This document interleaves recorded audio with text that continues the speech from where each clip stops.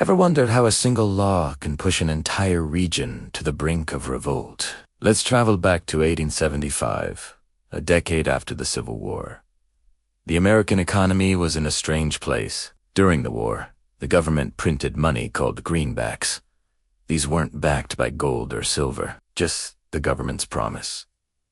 They were a lifesaver for financing the war effort, but they also led to inflation. Think of it like this. The more money there is in circulation, the less each dollar is worth. So, in 1875, Congress passed the Specie Resumption Act.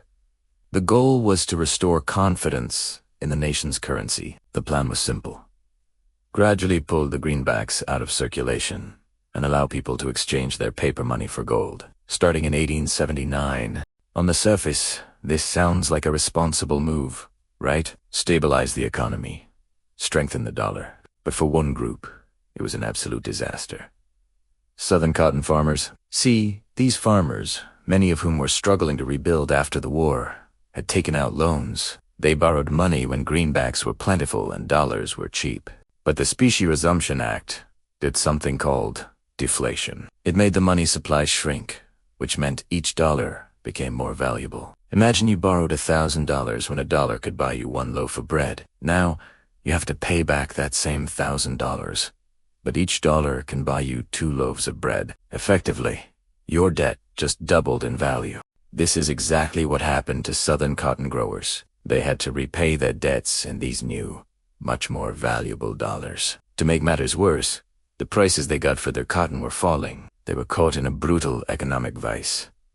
Their income was dropping while the real value of their debt was soaring. They were working harder and harder, producing more and more cotton, just to find themselves deeper in debt. This crushing economic pressure was a key ingredient in the rise of a powerful political movement.